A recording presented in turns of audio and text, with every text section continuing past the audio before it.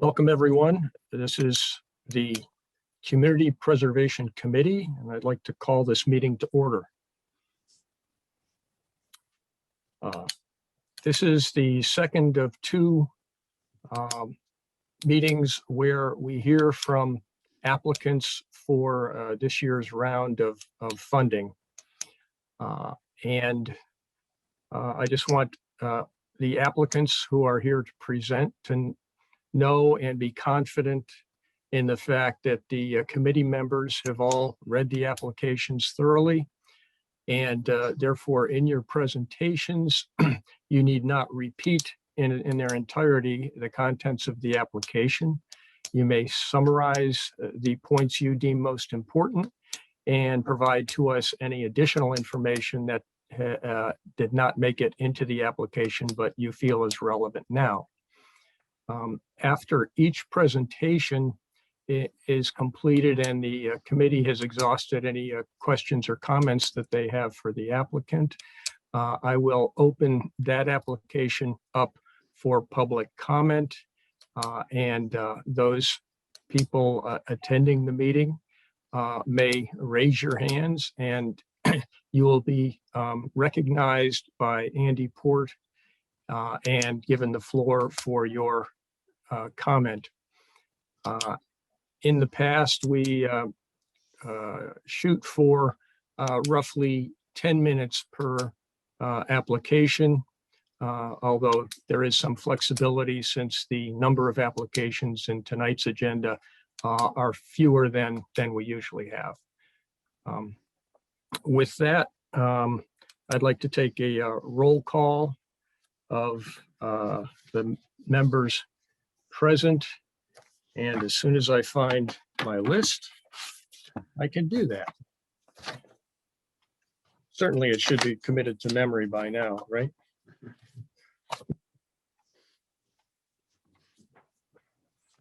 Okay, roll call. Those in attendance: Jane Healy. Here. Okay, Chuck Griffin. Here. Don Little. Present. Paul Healy. Here. Tom O'Brien. Tom O'Brien. Mark Rosen. Here. Mike, if I could, I would just note, Tom appears to be connected, but not having an audio or having perhaps a microphone issue. Okay. I would just indicate to Tom and anyone else who might be having issues, there is a call-in number on the city's website and the city calendar as well that might work via phone in case you're having an audio issue. Thanks, Andy. Glenn Richards. Glenn Richards. Okay. Don Walters. Okay. And I know from an earlier email, Don was going to be trying to call in from his car. So let's see. Okay. So we have first item on the agenda are to hear from the applicants, and the first one on the list is an application for the Market Landing Park expansion construction funding brought by the Newburyport Office of Planning and Development, requesting funding in the amount of $250,000. And I believe, Andy, are you presenting? I am. Thank you very much, Chair and members of the committee. I will not provide too long a presentation because I think the project speaks for itself for the most part. The request here is essentially funding for construction of a park, the expansion of Market Landing Park on the city's downtown central waterfront. Because I think so many of you here tonight know the history of the central waterfront, or at least enough of it to know how important that space is to the downtown and its unique history, and the recent efforts to dissolve the redevelopment authority and move ahead with the park expansion. I'm not going to go over a whole lot of history of the central waterfront, but I did want to just point out that this is actually an old video that is on, somebody has posted it on YouTube, Newburyport, A Measure of Change. And I just pulled this up for a moment to note this presentation, this video from some years back, does show in this particular point in the video does show a good amount of the central waterfront area where you can see the central embayment in blue, and that is the area that was cleared during urban renewal. You can see the sort of white, clear ground there. You can see Market Square there, obviously, looking, towards the land from the Merrimack River. And so that's the area we're really talking about there. And you can see in this video, I think, some of the background and the history that I think is important to this, if any of you have not seen it.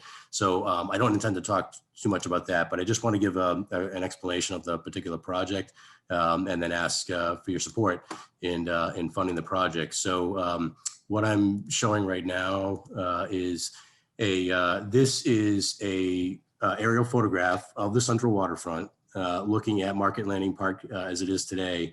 This is the photograph, obviously isn't literally today, but about a year ago or so.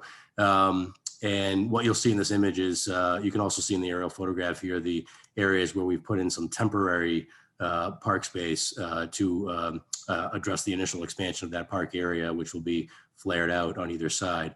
So this is just the project site. What you'll notice is that Market Landing Park, under the control of the Waterfront Trust, is in the center there. And then the dotted lines are essentially showing the old former NRA, Newburyport Redevelopment Authority lots, that are now under the city's control. And our obligation there is to complete the Market Landing Park expansion and reconfiguration of the remaining parking areas as part of that project. So there was a lot of other background on this that I will not bore you with, but one other thing that we did was, this was the expansion of the parking areas that we did by making some temporary lawn improvements. This also is an aerial photograph of the central waterfront. And so if you'll notice in this area right here, I'm going to show you a plan in a second. That's the conceptual framework, initial conceptual framework for the park design that was developed on the city side, a couple of years back. But if you'll notice that what the plan is essentially to arc this park out, flare it out from where it meets down here out to here. So this parking area right here will be adjusted accordingly. And this is, of course, interim park space in the middle. And then on the other side, the same thing, essentially. You'll see a flaring on the other side. So that is essentially where the park project is happening. And I think most of you know a lot of the history behind that, but I do want to show one or two other things that I think are helpful. So this diagram that I'm pulling up, and forgive me because I have a lot of PDFs open for tonight's meeting. This is the so-called framework plan. It's a very rough sketch plan, but it was the basis for resolving the dissolution of the NRA, agreement on how to deal with the public access to the central waterfront, limitation of development there, and ensuring that it would always be open, as an open space to the public. So this framework plan is referenced in a special order or special act that was adopted by the legislature at the city council's request, signed by the city council and the mayor, requesting that the Newburyport Redevelopment Authority be dissolved. It is referenced indirectly as a secondary document as what the city's obligation is, in essence, in concept, to complete the park. So we are following this to the best of our ability, consistent with that act in the city council order. And this is roughly what the park will look like when it's expanded as far as its overall area. The other details are being worked out now as we go forward. What we did was we issued after the dissolution of the redevelopment authority and the conveyance essentially of the land to the city, we issued a request for proposals, RFP, to design firms. And we ended up selecting, after reviewing, I think it was 14 proposals, all from qualified firms. We decided to pick Sasaki Associates, which had actually been involved with development of some of the earlier renovation plans in the downtown. And so, and are, have some institutional familiarity with this, and also have excellent experience on similar waterfront projects and downtown projects across the nation. So at any rate, we ended up picking that firm. They are under contract, and they are meeting with us right now to look at their base survey plan and some of their understanding of the design constraints that this park has, one of which is balancing things like the wings of the park, which are the green areas, and the remaining parking areas, and making that efficient to preserve parking spaces, but to not have as much of an impact on the downtown businesses that might use some of those spaces. But the primary purpose, think if there's anybody who's they might need to mute themselves. The balancing of where the bike path goes and where the parking is, but essentially this is expanding these wings on the other side of the park and then finishing what feels like it's if you're out there in the park today, you see it feels sort of like it bleeds off into the parking areas, and that will be a much more cohesive park when we're complete. So the request here is, because we're on track right now to complete the schematic phase design, meaning taking this concept plan and bringing it forward to a much more a great level of detail as to where things are going in here, geometric, alignment of things, and considering where some other focal points of the public space might be. You, for instance, do not see a way that a passageway that will be in here referred to as Ferry Wharf Way. So what you don't see in here is the complete alignment of that going through. But those details will be worked out by Sasaki in their thorough schematic design phase happening over the next 5 or 6 months. And then after that, when we have consensus over that plan, and they'll be presenting several options to us for refinement of one that we choose, we will then be moving into the final design phase, which is basically getting plans and specifications ready for public bid. And that way we can actually go out and do construction. And so knowing, as project managers do, how long it takes to get these things going in lead time, I wanted to make sure that we had funds available for construction when we are, quote, shovel ready. So we do have, based on the funds that were transferred to the city as part of the redevelopment authority dissolution, we do have, in my opinion, sufficient funds to address the design, the complete design, both schematic and complete engineering for issuance for bid for a contractor or set of contractors. But we do not have the funding sufficient for construction. Now, we are getting better estimates as part of the schematic design phase, summer to early fall. We'll have a much better idea of the number by that point. But right now, we are making sure that it stays under a $5 million cap. Keep in mind that it's not just the park areas we're doing. We have to necessarily reconfigure the parking areas and upgrade them, if nothing else, aesthetically, as part of this project. So, so at any rate, there are some costs associated with this. There is some drainage work. There are some, there's an activities and use limitation on the site for soils under the surface that if we disturb, we'd have to dispose of with an additional cost. So at any rate, there are additional costs for a project like this. So we do not have a detailed estimate of the cost, but I can guarantee you it will cost more than the current request we have in for $250,000. And recognizing the other projects that you all have to balance out this year and other years, I did not want to be too aggressive with the request, but I do know that this project will cost a little bit more than that, and that additional funds will be needed. We will be pursuing state funds and other sources as we can for the construction. But I do want to start accumulating the funds for construction, like I said, so that we are not lingering and waiting when the design is complete. We should at that point have leveraged and aligned up the funding for construction so that the community itself does not need to wait any longer for the Market Landing Park expansion that it has waited for several decades, if you will, for those of you who know all the history. So with that, I can pull up a couple of other visuals if you want, if you have any questions or concerns, some photographs and images that might be relevant as well. And of course, if there's any questions or comments from the public, of course, as well. Other than that, I'm happy to hand it back to the chair.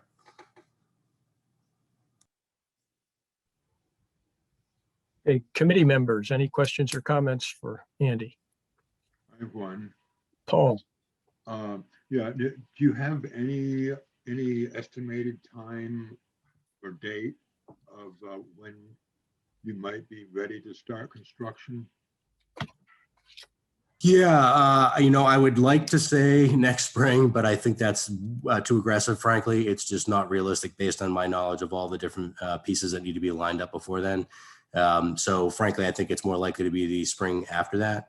But again, the sooner we get resolution of the schematic design plan, which, at this point should be complete by the early fall, then it's just down to the consultants doing their work and greater detail to get that ready for bidding and specifications suitable for bid. And so that's a more technical side of things.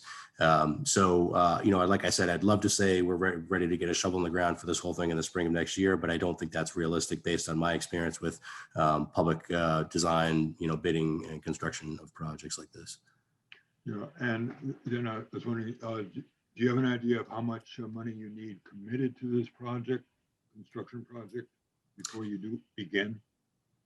So, I mean, although it's possible to phase a project like this, and we may very well end up doing that for construction purposes anyway, if nothing else, to minimize impact on the downtown or people's access to the waterfront while it's under construction.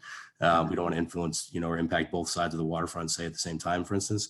So we'll have to balance that out, and then that may, extend the project a little bit longer, but balance out those impacts depending on, given construction typically happens in the warmer season when we're going to have our bigger traffic, for visitors. But we could phase it, and so there is possibility of doing things earlier, on one piece rather than others. But typically we have all the funding lined up, and then have one bidding done with one contractor to oversee. So for that reason, we typically would want all those funding sources lined up in advance. The one exception might be that if we apply for state grants and it's on a reimbursement basis, technically we don't have those funds in hand, but they're committed through essentially a grant or contract with the state for reimbursement. But in essence, that is the equivalent of the same situation where we have secured the funds. We are not able to enter into a contract with a contractor for projects like this without having those funds appropriated by the city council or having them otherwise available. So, Tom O'Brien, you have a question? Yes, on the revenue, NRA revenues, how much is available? How much was available to you? Oh yeah, thank you. That's a good question. So I think I forget off the top of my head, but it was somewhere around $600,000. And so we have committed to, I think it's 134,000 of that right now in the schematic design phase with Sasaki Associates. We will obviously need to complete the final design portion, which will be a little bit more complex because of the civil engineering work and the licensed site professionals and others that are needed for that work. And then that will take a little bit more detailed time, of course. So that will cost a little bit more than that. But that is why I say I think we are certainly within what we need for the design phase. Just unfortunately not enough for the construction. Okay, the other thing is, how much do you estimate to get from the downtown parking program revenues? For this particular project? Yeah. That, unfortunately, I cannot say at this point because that will be up to the city council. There is a requirement, and I will defer to the finance director on this sort of thing, but there is a requirement in the dissolution of the NRA as far as revenues coming from parking on the central waterfront going towards design, construction, and maintenance of the waterfront park. So there's an already a sort of statutory requirement there that there's an allocation, if you will, towards the design, construction, and maintenance of the park. But how much the city council might decide to pull from yearly revenues from downtown parking or other sources, I would have to defer to the council on. I have initiated a request to the Trust Fund Commission for an old fund. I forget the name of it off the top of my head, apologies, but a fund that was set aside some time ago that could provide up to $1 million, but 750 to $1 million towards this project because it was for improvements, sort of public improvements or park improvements, if you will, along the Merrimack River and the waterfront. So this is perfectly aligns with the purposes of that trust fund. So I can't say definitively what the council will pull from as far as other funds, but we will certainly be pursuing state funds, a so-called park grant, and other sources outside the city as well. And then at that point, it will be down to presumably multi-year, hopefully with your support, multi-year CPC funds and other funds that the council may wish to designate for this project. Thank you. Jane Healy, you have a question. Andy, you alluded to this a little earlier, and you know more than most people, if not everyone, the difficulty that the city has had to develop this area and to make it the park. And so I'm wondering, in your opinion anyway, what makes this attempt or effort different? Like, why, how is this actually going to happen? I've been here a long time and I've heard a lot about the waterfront. And so, for us to set aside, start building fund or, recommending funding, I want to make sure that something is different, some kind of assurance that this is actually going to happen. Yeah, thank you. That's actually a great question. I appreciate you asking that. What I actually wanted to pull up, and I apologize for just needing a minute to pull up the right document. But the reason for that actually, and it's actually right on target. I apologize. I'm just still looking for this. There we go. The reason for that is actually not thanks to me really, but thanks to the city council and the mayor and the state legislature for this, which is the act to dissolve the redevelopment authority and transfer its lands to the city of Newburyport. That was preceded by action by the city council and the mayor and I'm just going to flip to the next page of this to show you one of the excerpts from section 7 of that. That's because the mayor and the city council finally, after so many years of, as you point out, controversy over the central waterfront and debate over what will happen there, coming to resolution. And this particular language from the act itself, which calls for the city to design and construct this park, references a city council order, which is really where the consensus was built. And that is, and I'm just showing you an excerpt of that that's relevant, calls for, and this is why I say it extends back from the statute now. The statute references the city council order, which references this policy document, which is essentially a consensus over settlement of these issues so that we can build the bigger park and settle the so-called ways, the final way, Ferry Wharf Way, and remaining public access to the waterfront, quote, in perpetuity. So it's actually because of that work that was done, a couple of years ago at this point, we had to wait for the legislature's approval to dissolve the redevelopment authority. But it was that consensus building that allows, I think, us to now have confidence that spending money on both the design and the construction is well worth our efforts, because I do consider it to be the flagship park of the city. Regardless of whether it's under the Parks Commission or the Waterfront Trust, it's still the flagship, park of the city, in my opinion. And so I think that the community certainly waited for it. There's broad consensus over seeing this project completed. And therefore, I don't feel that it would be premature at this point. So thank you. That's great. And I just wanted to make sure I understood in terms of existing or current funding. It sounds like, am I right that I understand 600,000 that you have right now from the NRA, and the schematic was 134,000. So that difference, you're confident that will get us to the end of the design phase, the final design phase. Is that correct? That's correct. Based on my experience with projects like this and the initial, the numbers have been somewhat consistent with what we'd expected. We actually, I won't go through the numbers with you for the schematic design phase, but we had a spread of numbers between the roughly 14 proposals we got. And there was a lot of consistency towards the end of the contract that we ended up approving, which was 134,000. We actually had a few that were quite substantially more than that, which we weren't interested in anyway, based on the ranking, but it would have been exorbitantly expensive for just a schematic phase. So I do think that we're, certainly with spending, 134 for this schematic design phase to get the detail we need beyond that framework plan, so-called framework plan. I do think we have plenty sufficient at this point to finish the design and permitting of this project, leaving then hopefully whatever dollar amount is left in the account then for construction. But like I said, it just won't be enough to complete this project based on its scale. Okay, thank you. Sure. Any other questions from any committee members? Andy, I've got a quick question for you. I don't know if you can answer it, but I know you mentioned that you've got a 5 million cap. Is that the order of magnitude that people are thinking about for total costs?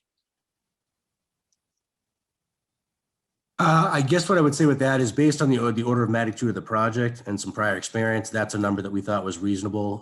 We actually discussed this with the city council when we had the original appropriation not long ago for the contract with Sasaki.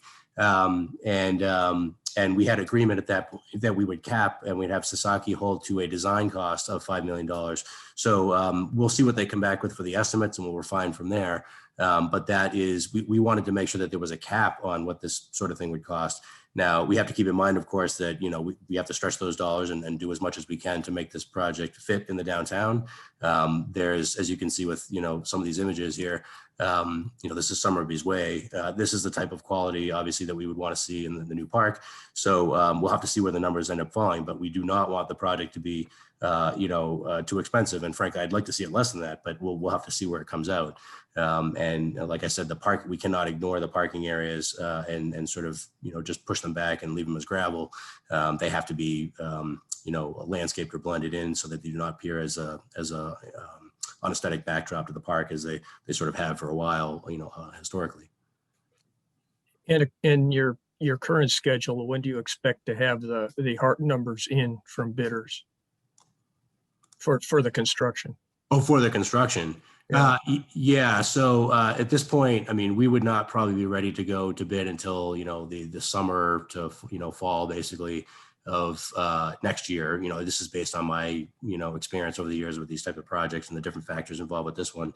And so again, like, well, I'd love to see it go faster in an ideal world. If everything was in my direct control, you know, that would be feasible maybe, but, you know, aside from the funding, but there's lots of other pieces aside from the funding, even that need to be dealt with between now and then. And so that being said, I would say probably the summer to fall of next year is reasonable. And then allowing us to actually get the shovels in the ground the following spring. Again, it's possible for things to happen sooner, but that all depends on, you know, funding and things like that. And that is why I have assumed a multi-year CPC request similar to what you have certainly seen from Jordy over the years for the Culper City Rail Trail.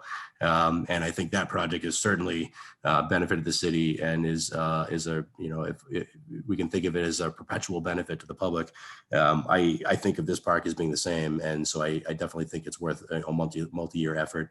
I would have asked for more if I thought that was reasonable, but I do know that there are other requests this year, and and I know that there are also worthy projects. So you know, I appreciate whatever support you have for this project, whether it's this round or any others. I may, of course, very well be coming back for additional funds next year, but my goal is to pursue even outside the city state funds as much as we can secure any of those. Yes, and I think with projects passed, if you've got construction funding committed in hand, that's a nice highlight to put in your applications for state or federal funds too. So Agreed. Thank you. okay. Another question from Jane. Switching gears a little bit from the current conversation, I assume this is the case, but Andy, could you confirm if the RFP addresses sea level rise, storm surge, adaptive landscape, just to make sure this will be here for the long term? Yeah, thank you, Jane, for asking that question. That's a great question too. Yeah, we did actually call for that specifically in the request for proposals, which the scope of services that I put together for the RFP became the basis for the scope of work for the contract, obviously. So, so that is in there. I worked with and talked with the city engineer about that. I've been working with the resiliency committee and others, and we've talked about that with. You know, I think that's come up in other contexts as well. So we definitely have that as a consideration for them. And I'm happy to elaborate on that, but yes, definitely. Okay, thank you. Any other questions from the committee? I have a question, or yes, maybe it's Chuck. an observation. Happy to see this happen, Andy. It's exciting. Looking at the schematic fee and thinking what that would represent as the total fee, I think that you're going to be looking at fees of 600,000 or more. That'd be my guess. And if you take that as a percentage of what the work's likely to cost, there's a, you know, pretty tried and true formula. I think it'll be well over 5 million, but I think it is well worth it. But I would, and I don't think, knowing Sasaki's approach, and I have some knowledge of it, it's a back and forth iterative approach with the community. I think this will take at least 2 years, at least to design, before you're talking about putting it out to the bidders. But that does, I'm not trying to throw cold water on it. I just think it's a lot of work and expensive, and the prices are really going up rapidly right now in construction across the board. Thank you. Yeah, we'll definitely do our best to keep the cost down. You know, that's one of our fiduciary duties, and I definitely appreciate you know, time to share that sentiment. But we'll definitely do our best to make sure that it's both a quality project and you know, under budget, so to speak. Okay, if there are no other questions from the committee, Andy, if you see any hands raised from members of the public, you can recognize them now.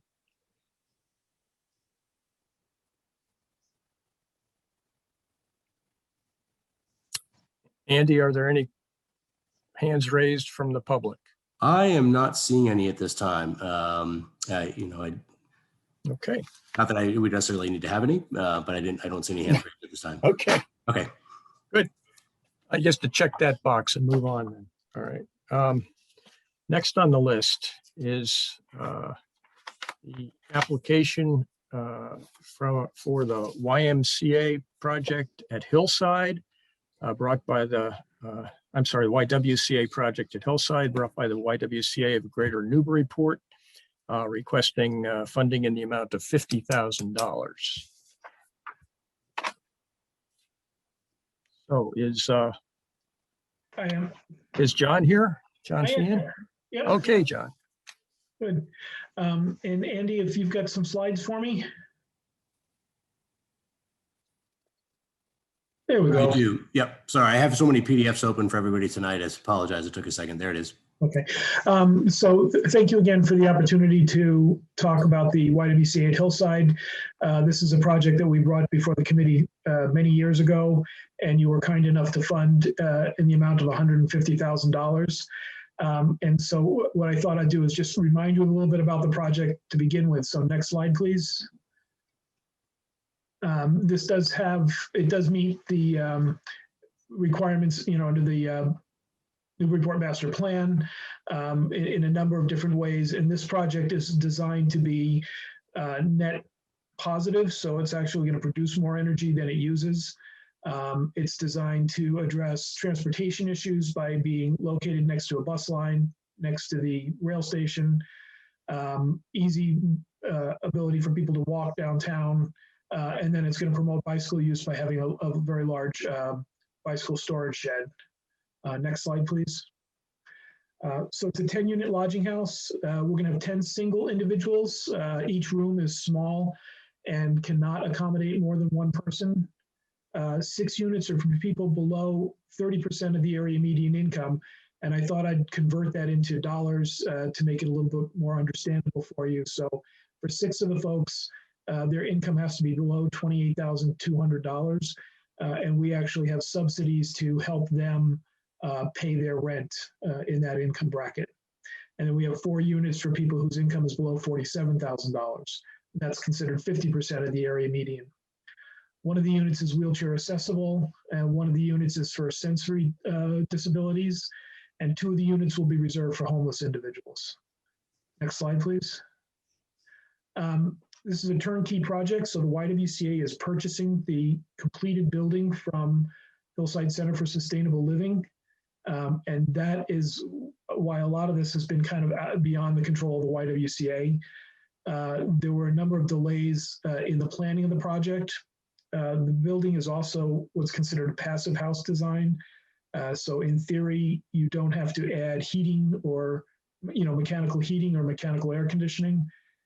We actually will have those units available to make sure that it always meets the Board of Health requirements.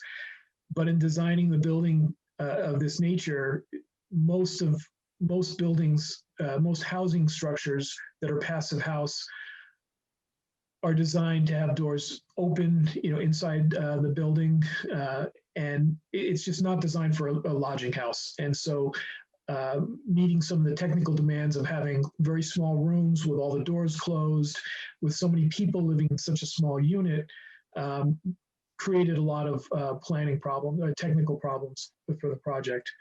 And then we were set to go about a year ago, and the pandemic hit, and the reason that cost us about a year was because there was a period of several months where construction could not start. And by the time we were about allowed to begin construction again, our project got pushed down on the list again. And so it took a little bit of time to get everything back organized.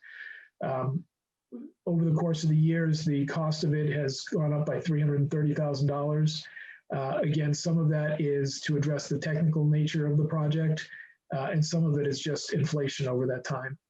Next slide, please. We do have quite a bit of, sorry, the formatting on this isn't perfect. We do have $1.5 million already confirmed, both through the private donations, private foundations, DHCD, CPA committee, and a bank loan. But there's still a gap of $330,000. Next slide, please. We've got additional funding sources that we're reaching out to. Franklin Square House is very interested in this project. They would have allowed us to apply in December of 2020, but unfortunately, they have redirected their funds or in that cycle for the pandemic. I've been encouraged to apply in December 2021. And again, they've already reviewed the project and they're very excited about it. It doesn't guarantee funding, but at least there's a strong interest on their part. We submitted an application to People's United Bank, hopeful for that. Federal Home Loan Bank, we applied to them in July of last year, and we were denied. And the reason that we were denied was because Federal Home Loan is a bank and they loan money and they want us to borrow money. And the amount of money that we were borrowing was too small in relationship to the amount of the loan that we were, I'm sorry, the amount of money that we were borrowing was too small in relationship to the size of the grant that we were asking for. So part of what we're hoping for in this application of $50,000 is to reduce the amount of grant that we would then have to ask from Federal Home Loan Bank. That will increase our scoring. We also learned that there were federal earmarks available, and we submitted a request to the Congressman's office. They are still in the process of reviewing that. Next slide, please. Progress is actually being made now. Hillside Center for Sustainable Living hired LD Russo as the general contractor. LD Russo was the contractor that built 11 Market Street in Newburyport and also the residences at Salisbury Square. They have a lot of additional experience doing affordable housing, and they also have some experience doing passive house design. So construction's already begun. We've submitted all our management documents to DHCD, and we are working with them to actually get a closing date. The reason we're doing that now is because it takes DHCD sometimes as long as 6 months to assign a closing date. Next slide, please. And again, we're seeking $50,000 from the CPA. You've already generously given us $150,000 towards the project, but we're hoping that with this additional funds to get a better score on our FHLB grant. And then final slide. We actually are building it. This picture was taken a couple weeks ago. It's my understanding that the framing on the 3rd floor is already complete as well. So thank you very much for your time, and I'll answer any questions if I can. Hey, do I have questions or comments from the committee? I have a question. You started construction and yet you're short $330,000. What happens if you don't get that raised? We do have an agreement with Hillside Center for Sustainable Living to give us a 0% interest loan for up to 2 years to cover the amount. We'll still have to raise the additional money at some point, but we've got a little bit of time to accomplish that.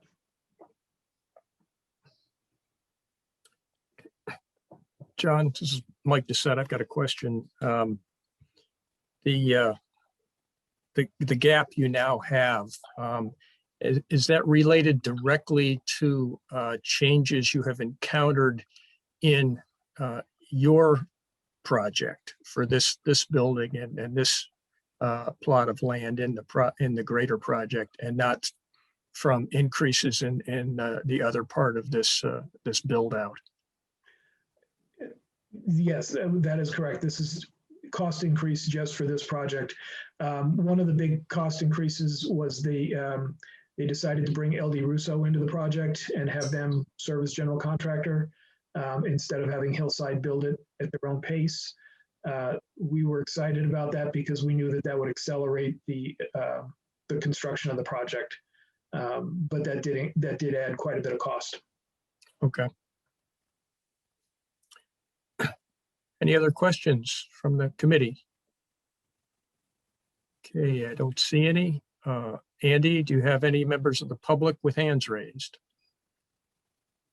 We do, actually. We have a few. So first one is only identified as Chapa. So perhaps if you could just identify your name for the record. Hi, sorry about that. That's my work picture. My name is Karen Weiner. I'm a resident at 7 Lincoln Street. I'm also on the Affordable Housing Trust. And I just want to speak in favor of the project. There's a tremendous need for affordable housing in Newburyport. And I think the Y has done a great job, has a great track record. So does JD Russo. So I just wanted to support their application. Thank you, Karen. The next person we have is Kristen Wolfe, I think it's pronounced. Hi there. Thank you for taking my comment. My name is Kristen Wolfe. I live at 1 Merrimack Street in number 21 in downtown Newburyport.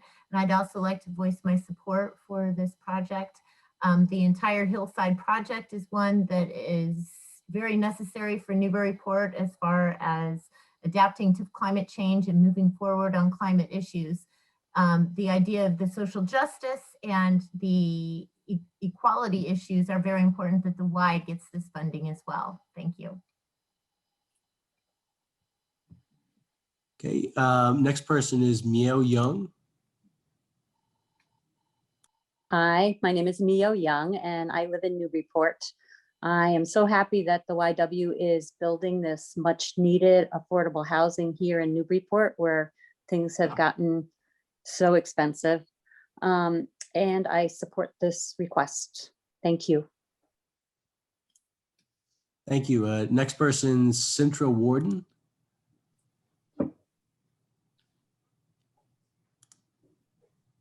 And just for clarification, you'll have to unmute on your end as well. Oh, can you hear me now? Yes, thank you. Okay. So my name is Cintra Warden. I live on Low Street in Newburyport, and I support this $50,000 donation. I feel it's very important what the YWCA is doing. Thank you. Thank you. Next person is Madeline Nash. Hi, thanks, Andy. I live at 19 Arlington Street in Newburyport, and I'm also a member of the Newburyport Affordable Housing Trust. I just wanted to say briefly that I'm very supportive of the WISE application. This is such a unique opportunity that we have, and they've done a great job of assembling a variety of funding sources.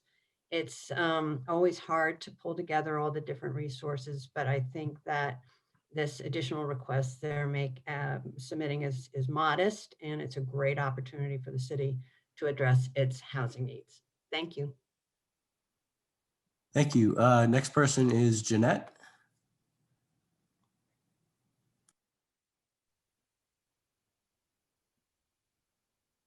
Okay, now can you hear me now?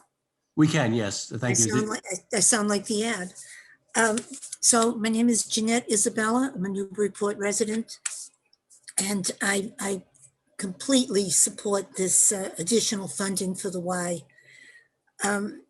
And I just want to say that I agree with some of the comments that have already been made, and I want you to know that I join with many others who believe in the need for affordable housing in Newburyport. So I completely support this. Thank you. Thank you. Next person is Michael Lane. Yeah. Good evening. Hi, it's Michael Lane, number 11 Jefferson Court. the Y has done amazing work throughout the community over in Salisbury. All I can say is this is a continuation of fantastic effort, design, and execution, and I support it.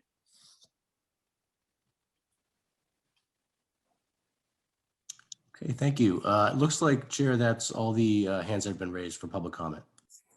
Okay. Thank you. Did that create any further questions from the committee? No? Okay, thank you, John. And we can Thank you very much. I appreciate it. move on to our next project.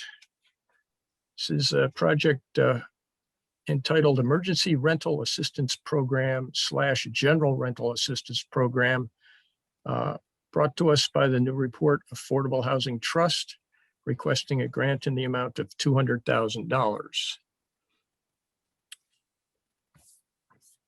Madeline, are you presenting?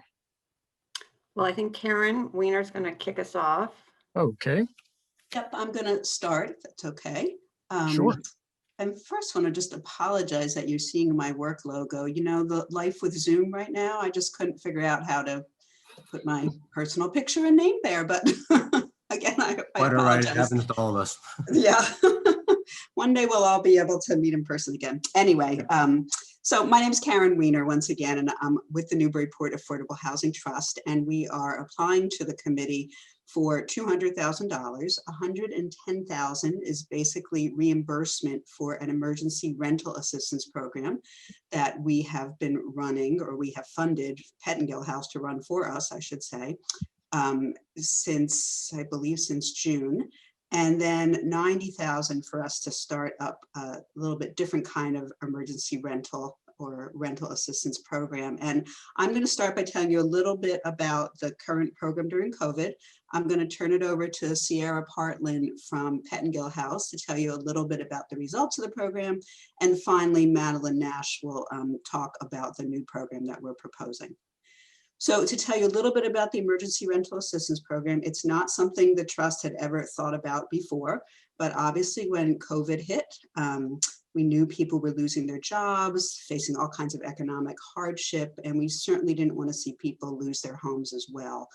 We were involved with a quasi-state organization, the Massachusetts Housing Partnership, that gave out guidance on how local communities could start their own emergency rental assistance programs.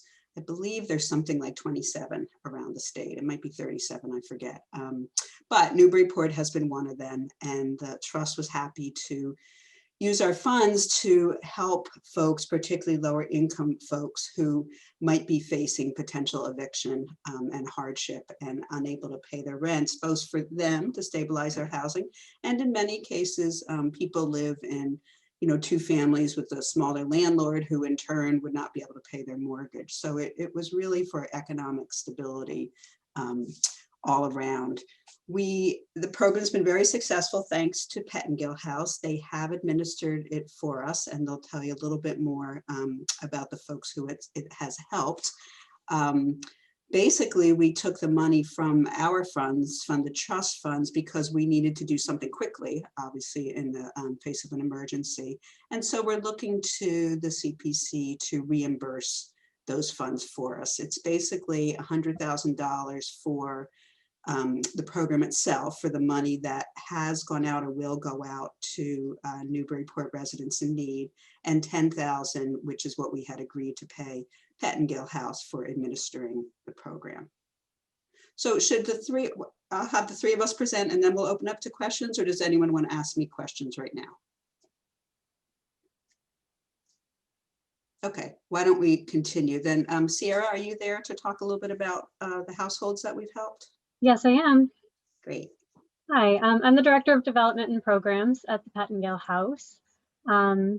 So through this program, we've been able to assist 27 Newburyport households that have been impacted by COVID with a total of $78,811 of rental assistance funds. In addition to that, we have 7 applications that are pending, additional verifications. So we expect that we will be expending the rest of these funds So among those families it was 30 adults, 20 children, and 8 senior citizens included in those households. So we've been taking applications, screening applicants, and administering the funds for this program. So although there's been a moratorium on evictions, rent doesn't stop accruing, and these families will still be responsible for making their rent payments regardless of any hardships due to the pandemic, which we all know has been a challenging time. So the Newburyport Rental Assistance Program has been essential to making this more manageable for families during a difficult time and enabling them to keep up with the payments and ultimately stay in their homes in Newburyport. So we've had several applicants who lost their jobs due to the pandemic and couldn't keep up with their rent payments. We had a single parent who had to leave their job to stay home with the kids during remote learning. So there are a variety of circumstances at play, and this has been a tough year. So this program has helped alleviate some of these hardships during a difficult time.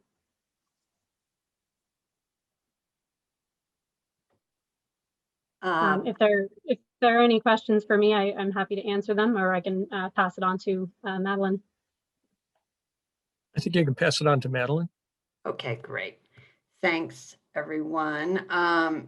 Pettingill has done a tremendous job, and we're so grateful for the help that they were able to provide and very quickly, I must say. And I just wanted to reiterate what Karen said about, you know, the trust had never envisioned running an emergency rental assistance program previously. The funds that we have in our control have been accumulated over the years, often from CPA commitments. And the goal of the majority of our funds are to be available to assist once we have a new development initiative, such, you know, we're waiting for an affordable development project where, you know, it's very likely that the city would need to provide matching funds. So we are holding on to some funds for that use. We also have funds for down payment assistance to first-time home buyers. So again, we're looking to be reimbursed for this exceptional situation that we were faced with. And I really do think it's pretty amazing that we've been able to help so many households, and we have, I think, 7 more pending applications. So it's really pretty remarkable.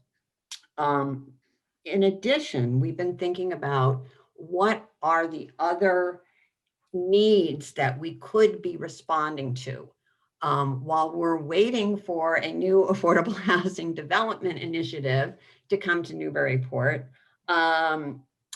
We are mindful of the fact that there are probably other needs that have to do with serving Newburyport households that currently live here, or possibly people who are looking to move into to become a Newburyport resident, or who maybe are looking to return to Newburyport. So one of the things we thought about is, could we help with the project that is just renting up now, known as Newburyport Crossing, over near the train station. It's being developed by Minco Properties. I'm sure you're familiar or you noticed it. And we were thinking about the fact that there are 19 units there that are earmarked as affordable rental units. And it's still expensive to move in there. The rents are not as low as they perhaps could be. For example, a 2-bedroom rent is $1,800 a month. And the reason why the rents are kind of high, they're set at 80% area median income, but rents in Newburyport are set at by a regional fair market rent. And so, you know, in some ways they're, I think, a little inflated for Newburyport, but these rents are set by the state, and they are what they are. But in any case, if a tenant is faced with putting down first last in security, it could be as much as $5,400 for one of those 2-bedroom apartments. And so we were thinking, you know, maybe we should design a program around helping lower income tenants move into some of these apartments that we are looking forward to being offered in the market here in Newburyport. There's 19 affordable units at the current building developed by Minco, and then we believe there's going to be another 19 affordable units at the next building that they're going to be developing. So we have come up with this program. We're still fleshing it out. But what we're envisioning is that these this rental assistance would be, again, limited to something like first, last, and security, perhaps just last month's rent and security. And it would be limited to deed restricted affordable units rather than just any rental unit in Newburyport. Although we're, you know, still sort of trying to figure out the program parameters, what makes most sense. And we are also envisioning that Pettingill House would help us to administer this program as well.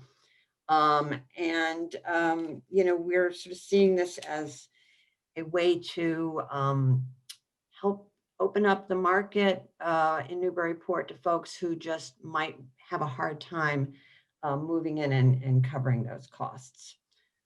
So that's it in a nutshell. Happy to take questions. Thank you, Madeline. Jane Healy, you have a question. Thanks, Madeline. I have actually 2 questions, one on each program. For the emergency rental assistance, it looks like it will provide 3 months worth of rent. And I'm wondering, is that enough? Do you find that helpful in terms of if rent is accruing and it's been accruing for a year, basically, is 3 months enough? And I guess if you've heard of, are there other programs on the state level that are going to address the longer term issues, or sort of basically just what your thoughts are on that? Yeah, I can start answering that, and then maybe Sierra could join in. There is a state program for emergency rental assistance, and it has been increased with some federal funds. It takes time to access, and not everyone who is eligible for the Newburyport program is necessarily eligible for that one, but there is some overlap. So for some folks where 3 months is not enough, there is hopefully enough assistance otherwise. But I think for a lot of people, they had some savings, you know, they could go for some time, but to go 3 months was way too much. But Sierra, maybe you know more specific examples. Yeah, so as we took applications, we were really screening for, you know, a lot of needs, and we do have other funding sources that we can assist people with in addition to the Newburyport rental assistance.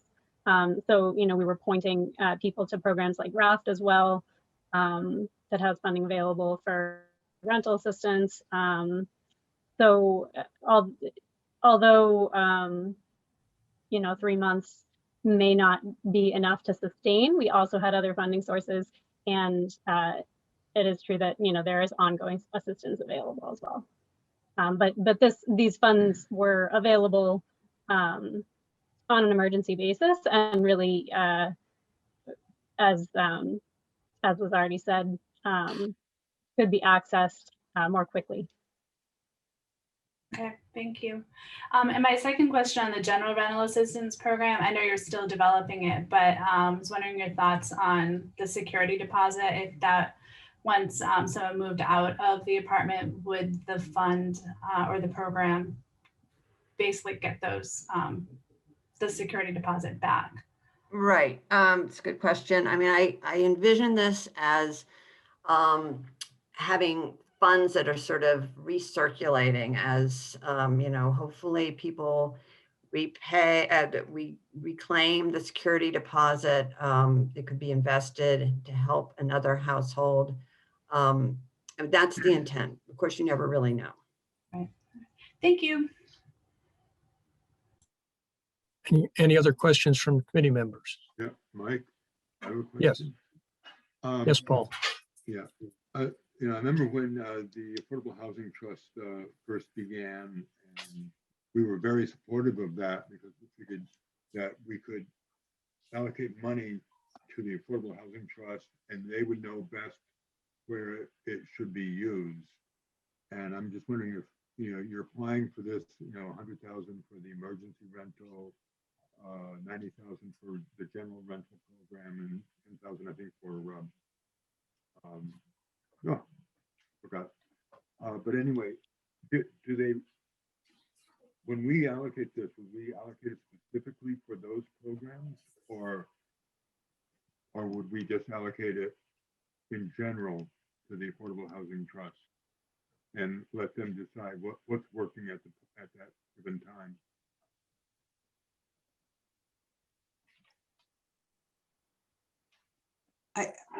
I'm not sure I fully understand the question, sorry, but I've right now, at least what we're asking for this particular, and I will say that the committee's been tremendously supportive of us, which we really appreciate, and of affordable housing. It's been a good partnership. This particular application, we're asking specifically to be reimbursed for the current COVID emergency rental assistance program, and then have some funds to start another emergency rental assistance program for people, the way Madeline described, trying to move into the city or retain housing in the city.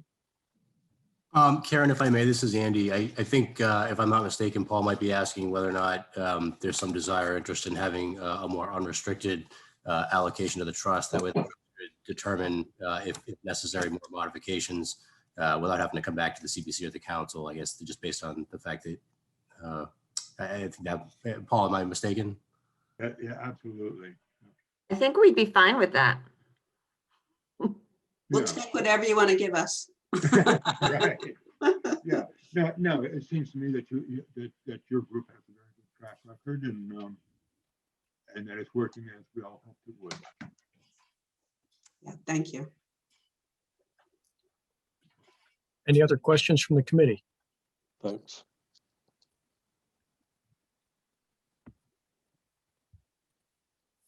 Seeing none. Andy, if we have any members of the public that want to weigh in?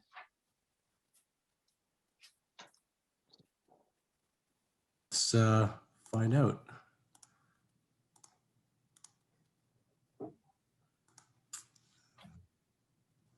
Guess we'll give it a moment, I guess.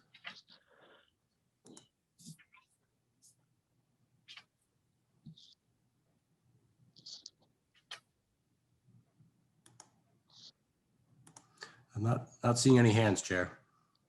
Okay, thank you. Just a general comment. It appears to me that it's a wonderful administrative partnership that's happened between the trust and Pettingill House to be able to dive into this need and get it met. So that's the way it has to happen. Because there's a one side that knows how to administer, and they've done it before, and there's another side that knows how to get the funding. So Right, we're very grateful for Pettingill's assistance. yes. Okay, no other questions or comments? Then I can thank the presenters on this one, and we can move on. Thank you. Okay. Next, we have the Custom House Maritime Museum door restoration project brought to us by the Newburyport Maritime Society, requesting $43,831.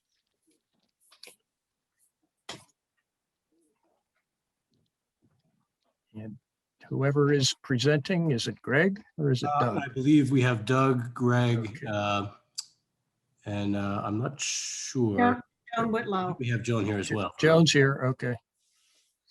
Okay, you have the floor. This is Doug. Thank you, Chairman Doucette and members of the committee. Just by way of a brief intro, you have the application for it. Our project consists of two components. one of which is the restoration of the front door, the red front door on the building. And this has been on our radar screen for a number of years. We wanted to do it in 2012 and 13 and didn't have enough money to do it at that point in time. The second component is the installation of new north door or rear door on the building. The existing doors on the rear of the building are in terrible shape and not historically accurate at all. And that's the two components in a nutshell. I want to introduce Greg Calling, who developed the plans for this. Greg has been with us for a number of years as chair of our building committee. He's a preservation architect in the greater Newburyport area, worked most recently, in addition to our work, on the Amesbury Carriage Museum. Some of you are familiar with that, I assume. So Greg, I'd like to turn it over to you if you'll walk the committee through the project. Okay, can you hear me? Yes. Okay, great. Hi, my name is Greg Calling, and if you could start with the first slide. Just want to provide a brief introduction of our project and give you an update on some of the other work that we've been doing with CPC funding. In 2018, we requested $100,000 for a slate roof replacement project. That work was completed in January of 2020, and we were reimbursed for that work by the CPC in February of this year. In 2019, we requested CPC funds for a feasibility study for interior climate control system. And there was a $75,000 award for that work. And we recently just received, actually the end of last week, we received a thermal envelope analysis report from the engineers that are working with us. And my firm is working on an architectural conservation assessment. We're updating a report that was prepared in 2004 to create a report that outlines the baseline conditions for the building and identifies all the architectural elements in their condition. So we're currently working on that. We have a draft under review currently, and we'll be wrapping that up hopefully this week. And also we had an amended and restated preservation restriction that was recorded at the beginning of the year in January, and that allowed us to receive the matching funds for the slate roof project. And currently, we received approval from the Newburyport Historic Commission for this project, for the south door restoration on Water Street, and the north door on the water side of the building. You could go to the next slide. I can also review the funding requests that we're making for this project. The work, we've had estimates prepared by C2MG Builders and KSD. They're a company in Boscawen, New Hampshire, and they do institutional door restoration, and they also fabricate custom doors. So for the south door, we have a cost estimate of $23,000. And the scope of work includes removing the doors, putting up a temporary door in their place, and having the doors shipped up to New Hampshire, and then they'll be restored. The doors were restored in 2003, and they used Abitron epoxy. The doors have received a lot of abuse over the years. There's different hardware that's been put on them. and the perimeter of the doors are unsealed. The hardware doesn't function properly for life safety purposes for exiting the building. And the hardware, several items of the hardware are not functioning. For example, the thumb latch hole that you see on the outside of the door has no thumb latch. So we're proposing to replace the hardware with new period hardware. There'll be a cast iron rim lock, which would have been appropriate to the history of the building on the interior, with a lever that people will be able to safely egress the building. And we're replacing the flush bolts and putting in new perimeter weather seals to prevent heat loss from the building. And then also we're going to be doing some work, hopefully, to preserve the portico. Currently the roof is leaking and the wood ceiling above is damaged. And we'd like to replace the bullet light fixture up there with a more appropriate decorative light fixture. Next slide, please. These are photographs of the interior condition of the south doors. On the left, you can see daylight through at the top and the bottom of the doors. The left bottom hinge, there's a threaded bolt that was put in there temporarily. The original pin for that hinge is missing. There's a flush bolt at the top of the right-hand door that is inaccessible. The doors are 9 feet high and there's a 6-inch slide bolt at the top. So we're proposing to put in a Cremone bolt on that side that can be operated from a person standing at the door. And also you'll see there's a residential apartment lock that was put on the door during the 1973 to 75 building restoration, and it still remains there with the utility pole on the left.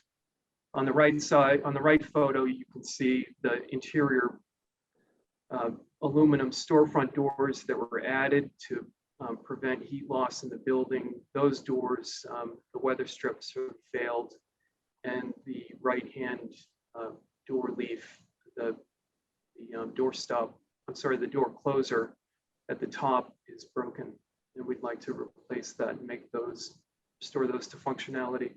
Next slide, please. And these are the architectural drawings that specify the work. We also have a company from Delaware that fabricates custom reproduction hardware, and they're the company that we hope to use to make the cast iron rim lock and to fabricate the missing hinge pin, and then put in new bolts to secure the doors in place. Next slide. And then on the water side, these are the surviving aluminum storefront doors that were installed in 1973.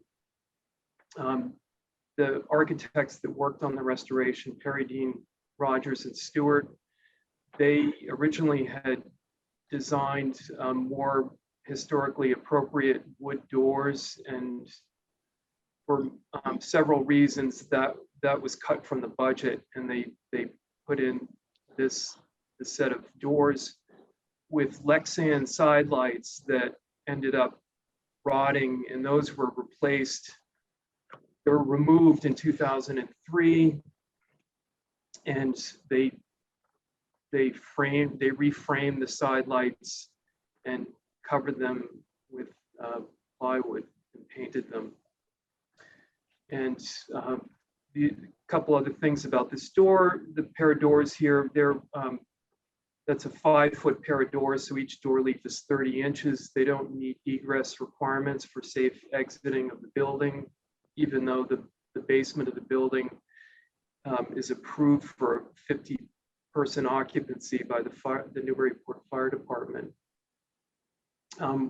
So we're proposing to replace those doors with new custom wood doors that would be more appropriate. We did some research. New London Custom House and the New Bedford Custom House had rear doors with V-groove, tongue and groove board faces on them, and we're proposing to do the same thing here. Again, this door also, the hardware has failed on it. It's not particularly secure. There's heat loss through the door, and the hardware's been modified many times. And another important element of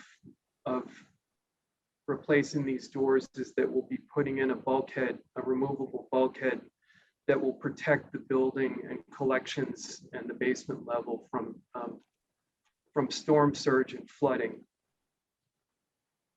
And the cost estimate for the door replacement here is $33,000. Next slide, please. These are on the left side, that's a close-up of the interior condition of the doors. You can see the closers are blocked with 2x4s, and you can see light through at the threshold. When you get heavy wind-driven rain, it soaks the floor in the vestibule there. The other piece of the scope of work here is that we're proposing to take away the interior storefront vestibule doors, which you can see on the right image. The doors are in the open position and they don't provide, there's not an adequate distance between the two pairs of doors for safe egress from the building. So we're recommending removing those. Next slide, please. And again, here's an architectural drawing outlining the scope of work. So these are the new custom V-groove board doors. They'll be fabricated from mahogany, and they'll have a new paint finish that is high gloss and resistant to water.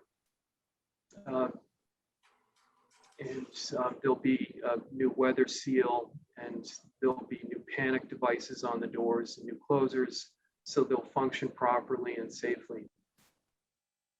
Next slide, please.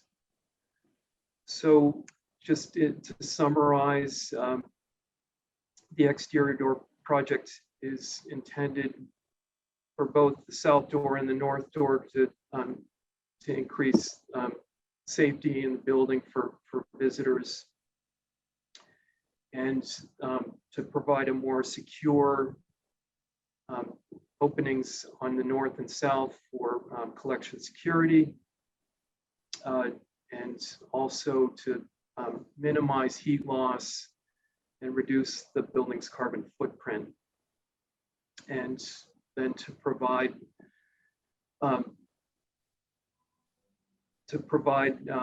resiliency and adaptation in the face of climate change, and to correspond to the Newburyport Climate Resiliency Plan, and secure the collections in the building from flooding. And finally, just to, this is part of the work that we're doing with assessing the climate, the feasibility of introducing new climate control in the building. This is part of the overall work that we've been doing over the years to make this building watertight and prevent heat loss. And finally, the doors on the rear side of the building will be an improvement now that, looking back at what Andy was discussing regarding the Market Landing Park expansion, this facade will really be much more important from the park. It will be more like Water Street side, and hopefully there'll be a lot more people enjoying that space behind the building. So I think that's it. Happy to answer any questions, and I thank the commission for your time and consideration for this project. Thank you, Greg. Any questions or comments from the committee? Tom O'Brien. Yes. My question is, we don't have enough funding to fund all the proposals. I was wondering which door you would like to have be done first if funds have to be cut. Oh, the north door, absolutely, because the building right now is vulnerable to flooding. And right now that door threshold is 2 feet below the flood elevate, the design flood elevation for the Merrimack River. So we'd like to reduce the hazard to that building and preserve the building. Thank you. Jane Healy? Got 2 questions. Greg, I might have heard wrong. I'm hoping that I did. Did you say the roof is leaking or the roof was leaking? No, the roof, no. The roof is no longer leaking. Okay, good. That's what I need to hear. I had a heart attack there for a second. No, that's the purpose of the slate roof replacement project. The roof was replaced in its entirety with a new mottled green and purple slate roof, and all of the flashings were replaced. The first 3 feet of the roof on each side were, they put down ice and water shields, and the rest of the roof has 30-pound building felt, and we worked with an incredible slate roofing contract, a 3rd-generation slate roofing contractor. Okay, great. We're That is very good to happy hear. with the work that was done. The recent work that we've done to prevent water infiltration in the building, I think, has made a huge difference. The masonry repointing project that we had done in 2013 on the Water Street facade and then on the west facade in the photograph has made a real difference in reducing water vapor and bulk water transmission through the facades, and that have in the past had damaged the interior finishes of the galleries. We still have moisture transmission issues in the building that we're continuing to address with current planning. Okay. Well, I'm glad that things are improving. My second question was for the north door, the rear door. Is that incorporated? I know it's from 1973, so it might not have even been addressed, but in the preservation restriction, are there going to be any complications with changing that door or any requirements? Well, it was approved by the Historic District Commission. So we have approval to proceed with the work. It's the doors that were installed in 1973 were installed as a way to complete the project. The original contractor that started the restoration project defaulted, and they had to bring in another contractor to complete the project, and they didn't have the funds to adequately complete the work as designed by Perry Dean Rogers Architects. So that back door, they had a different design for that door, and it wasn't executed. And I believe they had Garrison glass that put in the Water Street door vestibule that was shown. I believe they just, they fabricated the other doors for that opening just as an inexpensive way to secure the back of the building. Okay, so you're And then confident also that the new door will adhere to any requirements of the preservation restriction? It sounds like. Yes. Okay, great, thank you. Yeah, this is Glenn Richards, and as I can confirm that, yeah, we did review this at the Historical Commission a while back, and you're quite right in that a lot of these changes are significant enough that they would need review and approval, but we did give the approval either because they were actually aesthetic and historical improvements, or they were really necessary for the preservation of both the building and the collection. Thanks. Thanks, Glenn. Greg, a quick question for you. Is the water tightness of the roof, does that include the portico in the front? On the Water No, Street? it does not. Actually, that's one of the priorities that I've identified in the current assessment. That roof has a flat lock, lead coated copper covering that was installed in 1973, and it's leaking. And the leaking is starting to damage it's damaging the interior wood finish. I'm not sure what the condition of the substrate beneath that roof is, and we're going to open up that ceiling hopefully to look at that, hopefully sooner than later. Is that something that should be addressed prior to installation of the new door or the restored door? I think that they can be done. I think the doors can be restored and they can be protected when they do the other work. Okay. We've been working on taking on incremental projects that, taking small bites and raising funds to chip away at some of the chronic issues that the building has suffered from. So the doors seem like the most important thing for us currently, because of looking at completing the entire building envelope and addressing the moisture and heat loss issues for the building. We're also looking at doing some more work on the windows, the self facade on Water Street. Those actually are the original 1872 windows with some modifications, and those all are leaking. There was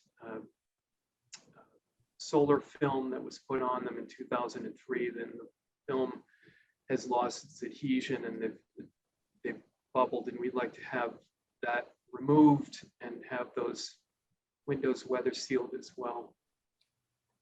So there is a list of projects that we're doing.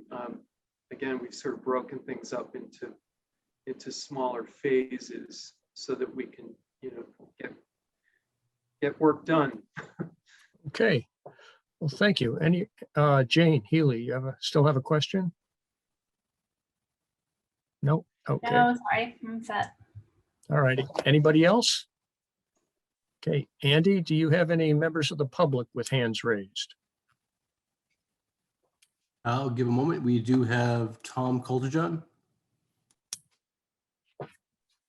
Hello, can you hear me? Yes, Tom. Tom Coulterjohn, 64 Federal Street, co-president of the Newburyport Preservation Trust. All I would like to do is speak in favor of this project. There's been significant progress to improve this wonderful historic building, and I applaud them for carrying on. Whatever support that you can give them, it would be most appreciated. Thank you. Thank you, Tom.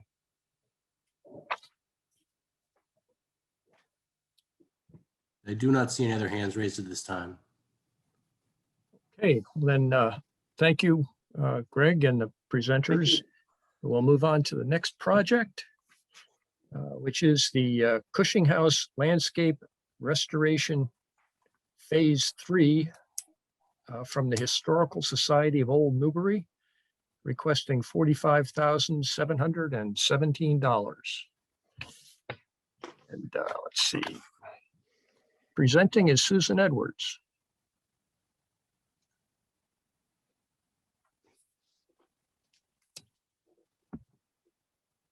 Can you hear me?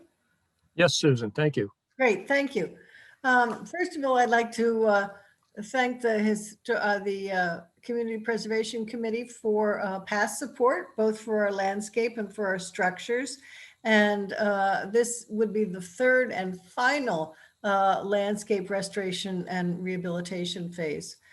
The slide before you now is a plan that was done in 1936 of the Cushing House property with the Carriage path, which is one of the projects for this proposal, to the right of the lower square, and then also behind the barn at the top, the orchard slash nursery garden.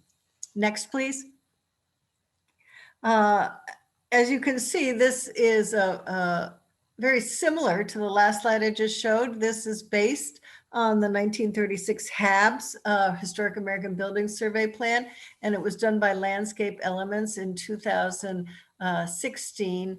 We received a grant from the Mass Historical Commission to create a preservation plan for the entire landscape at the Cushing House.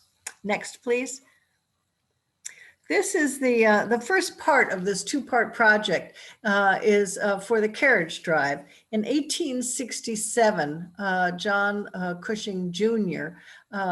Purchased the property adjacent, which is now 20 Fruit Street, to the Cushing House, rotated the carriage barn 90 degrees, and then shortly thereafter sold the property, but he got the land that he wanted, both the carriage path and the orchard garden, to provide access to the 1808 carriage barn. So what you see here is both grass and cobblestone areas. Our plan is to provide drainage in this area on the right, which is adjacent to 20 Fruit Street, and relay all of the granite on the left-hand side as well.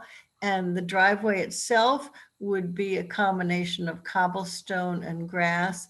So we would salvage clean and salvage all of the cobblestone. And then once it has a new base for it, it would be relayed. So that basically you'd be seeing the same thing that you are today, but with a system that would provide restoration of it and less fluctuation than it has had over the last many decades. Next slide, please. So here's an actual view from Fruit Street up to the carriage barn. One of the things that would be included in this proposal is removing the granite and doing grading, again, as well as drainage, and resetting that granite apron. Also on the side, the left-hand side, which is the back of the privy and the laundry shed, all the way up to the barn, and then drainage on the right. Next slide, please. This gives you a little bit closer view of the current pattern of the cobblestones and granite that are there. And we have found out in the last year that there is actually a great deal more cobble than just at the top of the drive, but it goes down considerably. So we would follow that original pattern of replacing the cobble entrance. Next slide, please. This is the access into the carriage barn. We are proposing to remove the bulkhead and also to remove the ramp that you see into the barn, which is rotted and which is a hazard. The bulkhead is no longer functional, so that would allow us to provide drainage and cobblestone all the way up to the barn itself. Next slide, please.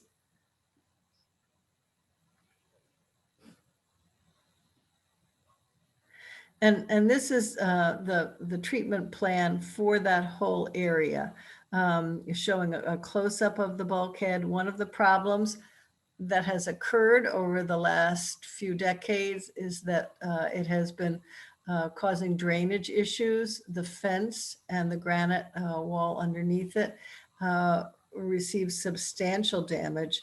And this past fall and winter, we went ahead with funds from donors and some of the museum's funds to replace the fence and the granite wall. Next slide, please.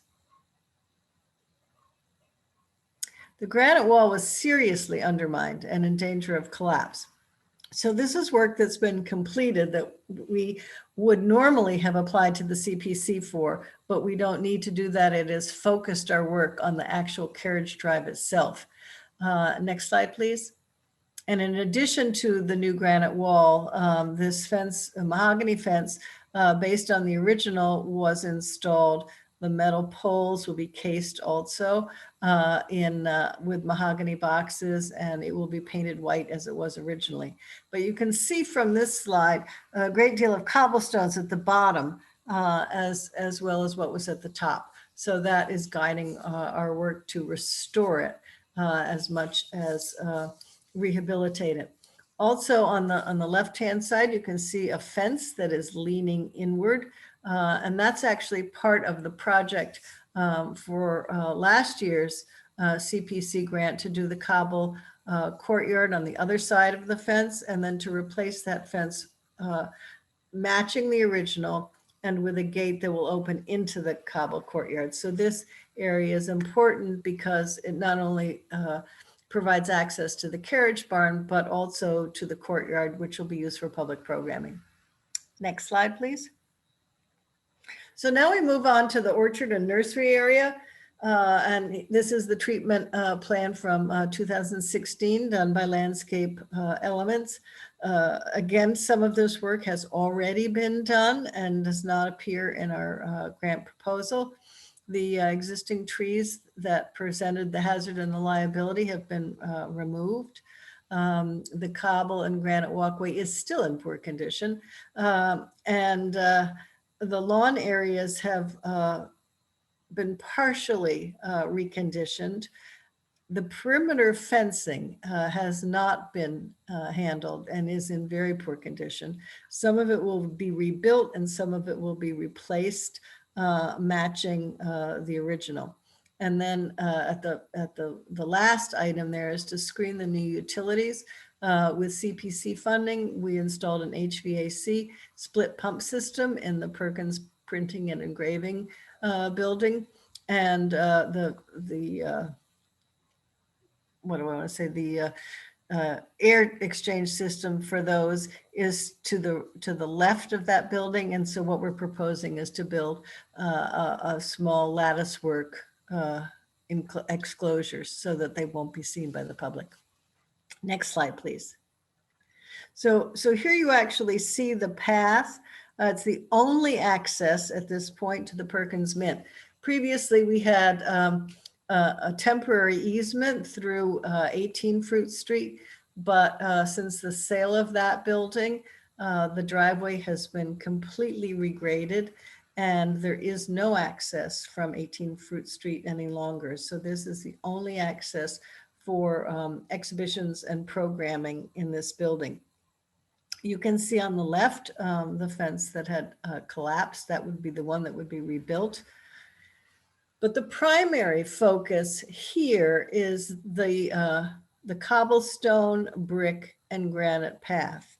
Our proposal is to, again, salvage all of the cobblestone and reuse it after it's cleaned, provide the base for it so there will not be freeze and thaw issues, and to double the width of the granite path so that it will be ADA accessible, as the cobble courtyard will be after that work is complete this summer.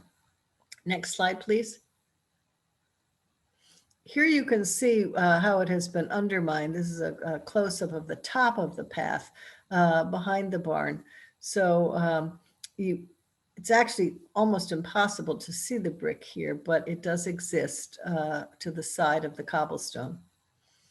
Next slide, please.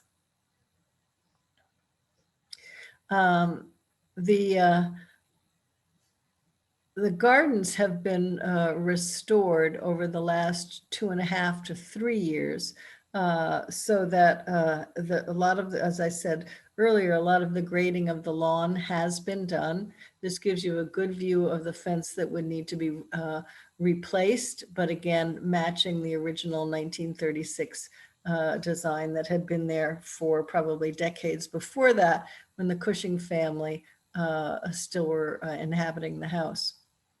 And we would also reset the bricks once the path is widened. Next slide, please. Another view of the fence, which leads from the orchard and nursery garden to the Perkins Mint. As I said, that's all been redone now so that there's actually a brick path into the Perkins Mint that's 6 spans of brick wide rather than the 3 that you see there. But the perimeter fence needs to be replaced. Next slide, please. And this is the final slide, which shows the split pump system for the HVAC. And we're proposing to put a lattice enclosure around that so that it will not be unsightly when people access the Perkins Mint. And I'm happy to answer any questions that anybody might have. Thank you, Susan. Any questions from the committee members? Okay. I don't see any. I have a comment. Okay, Don? So the applicant is requesting 50% of their budget, and on page 4 under project timeline, the application states commitments of matching funds will be in hand by July 2021. Although we realize that CPC funds do not require a match, the museum feels that it is important to leverage city funds to raise additional income from other sources. I think many of our other applicants also do this. They request funds from other sources, but I just thought this was worded very well, and I just wanted to highlight it. Thanks, Don. Any other questions or comments from the committee? Yeah, hi, Michael. Glenn again. Just a real quick comment. Like as with the custom house, this property is also under a preservation restriction, as you all probably know. And this project was also had been already reviewed by the Historical Commission for their okay on it. And it was approved, right? Yeah. Oh, yes. Yes, absolutely. Good. Thanks, Glenn. I'd like to just add one more comment, Mike. Sure, Susan. The work that was done on the carriage drive with the granite wall and the new fence, we submitted a proposal to the Fruit Street Historic District Commission, and so that was approved by them. Great, thank you. Anyone else? Okay, Andy, any members of the public with hands raised? We do have Tom Coulter-John. Okay. Tom, you have the floor again. Tom Coulter-John, 64 Federal Street, co-president of the Newburyport Preservation Trust. This is a delightful project and the trust fully supports it. Thank you. Thanks, Tom. Thanks, Tom. And next person we have is, I think it's Joan from the Custom House. Yes, thank you. Susan, I apologize. I was raising my hand after the presentation for the Customs House, and I just wanted to go on the record. So I don't want to steal your thunder because I really do support the Cushing House landscape restoration. But I just wanted to put in a plug of for support for the Customs House in the sense that the doors, I know that the agenda has some really important critical issues to fund. And I just wanted to say that with the door project, these are 2 wide openings of a very important building. And I would invite anybody on a nor'easter day to come and not only see the interior vestibule doors move, even though the front doors are closed. There is just constant air coming in, and the basement level and the first floor monitoring the temperature is significantly colder because of not being able to continue to get a good seal. So I just wanted to really say that, both doors are very critical, but I agree with Greg in having to prioritize at a time like this, that I would also advocate that the back doors are critical. So again, my apology to Susan and to the committee, but I just wanted to make sure I got on the record for the support of the Customs House. Thank you. Thank you. Any other questions or comments? Okay, well, thank you, Susan. Thank you. We have no other hands raised. So. Okay, no other hands raised. Moving along then. Garrison birthplace signage in Garrison Gardens. Newburyport Preservation Trust requesting $3,694. And I believe Tom Coulterjohn is presenting. Tom Coulterjohn, 64 Federal Street, co-president of the Newburyport Preservation Trust. Good evening. I would like to make one correction or change to the application. The Newburyport Bank has graciously awarded the trust a matching grant of $1,872.50. So I'd like to cut our CPC request in half. We'd be thrilled if we could get, well, we were awarded $1,800. This first slide, number 7, is a perfect place to start. The proposed project is to research, create, and install 2 interpretive signs in the Garrison Gardens section of Atwood Park. Is directly across the street from the 18th century house, 3 to 5 School Street, which is the birthplace of William Lloyd Garrison. If we could go back to 7 for just a minute, please. Andy? My apologies, Tom. I had thought the reference might be appropriate. Sorry. Thank you. In the top, you see the Atwood Park in the green, and on the left-hand side, in the sort of the L in the upper section, that's Garrison Gardens, which is directly across from the Garrison house.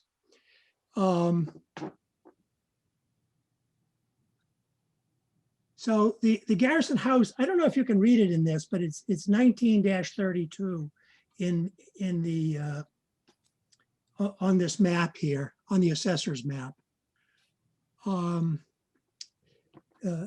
Andy, could we go to slide 28, please? This is the style of the sign. These are common throughout Newburyport along the rail trail. We have them up at the Powder House. This one happens to be a larger one. The newer ones tend to be a bit smaller. We are proposing that we put in 2 smaller ones, approximately 18 by 24 inches. And we think that we could get a good amount of information on both of the signs. Andy, if you could go to slide 24, please.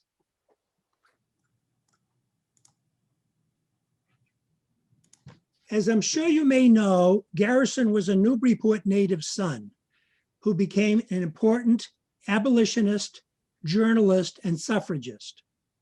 When he lived here, he was not always welcome, so strong were his beliefs.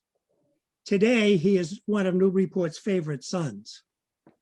The trust's interest in Garrison was piqued when the developer bought the property, and architect Scott Brown asked us to work with him to do justice to the building. This is how it looked before restoration. The trust spent countless hours going over minute details with the architect on how the building's exterior should look.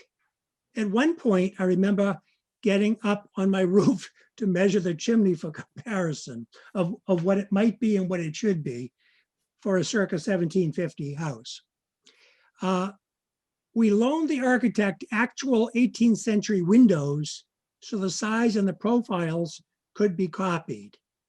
The interior had long been previously gutted and remodeled, or remodeled, I guess would be the more appropriate.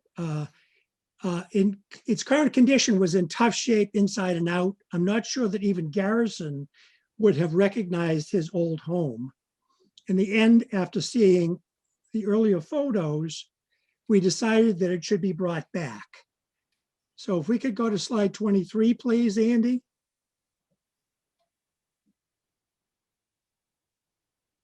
Thank you. This photo is from the Museum of Old Newbury, and it dates from around 1890, if I remember correctly. It's clearly a center chimney Georgian building.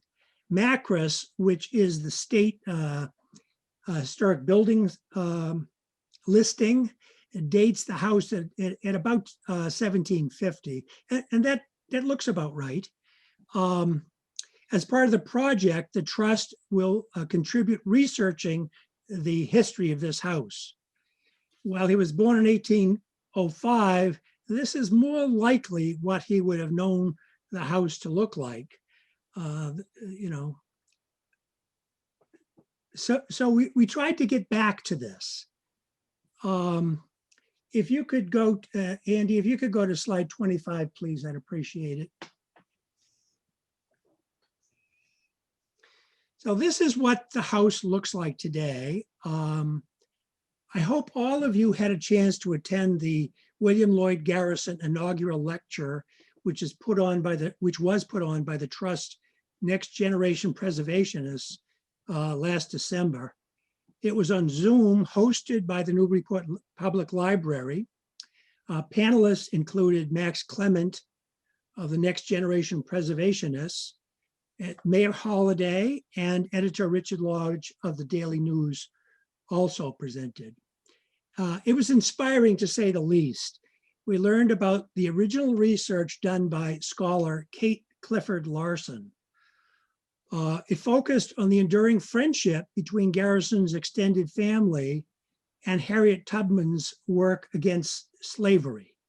It was clear from this respected scholar and the panelists that not enough has been done to celebrate Garrison and to make known his accomplishments. In addition, there has been intense public interest by members of the Trust and others in both Garrison and in educating citizens and visitors alike about him. Based on that interest, we thought that interpretive signs would help. The two primary goals of the proposed project are: one, to educate the public about William Lloyd Garrison and his accomplishments, and two, to identify the importance of his birthplace to the city, the Commonwealth, and yes, even the nation. Andy, could I have slide 26, please? This is the view from the far corner of Garrison Gardens. The two signs would be placed roughly in this corner within the park, so that people could read the interpretive signs and be able to look right at Garrison's birthplace. Dr. Larson has agreed to write the text for the signs, and the Trust, as I mentioned, is in the process of researching the Garrison house itself so that we have more information that could be placed on the second sign. I think the cost on this project is minimal, but the benefit is significant. I would be happy to answer any questions. Thank you. Thank you, Tom. Any questions or comments from the committee? Don Little. If I recall correctly, when the interpretive panels were installed at Brown Square years ago, I think they started to peel soon after. I think the new manufacturer, or whoever we're going with, that problem's been solved, but just caution to make sure we don't go with that same supplier or whatever the issue was. Thank you for that. I'm aware of the problem, and we don't want that problem. Any other questions? Tom O'Brien. I don't have a question. I just have a statement that I grew up across the street from Garrison's house, and now I've been in there many, many times with people who used to live there from around 1946 to 1964. And then I came back 2 years ago and saw the sign gone, and I said, Jesus, when is the city going to do something for William Lloyd, my hero? But so I'm wholly support this. Thank you. Thanks, Tom. Any other questions or comments from the committee? Andy, do you have any members of the public with hands raised?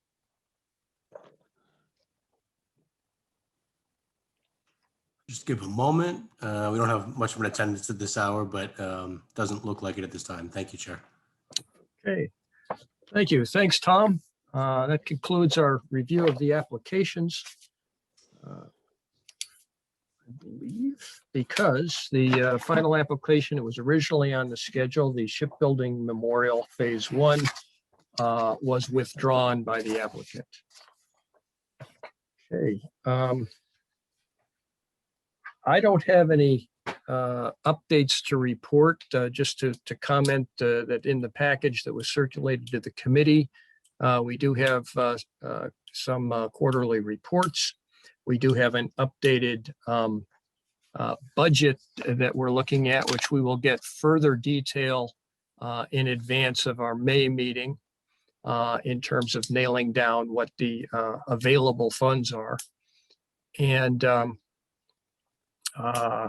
other than that, Andy, does the planning director have anything to report? No, I don't think anything of note at this point. Like you said, just to prepare maybe for your meeting in May, 26th of May for, ranking selection recommendations and whatnot. And if there are any additional questions you might have between now and then, if you could just communicate those to Caitlin, she'll reach out to applicants if that's, whatever the question is, she'll follow up accordingly and see if we can get additional information, but hopefully the applicants have been thorough. Right.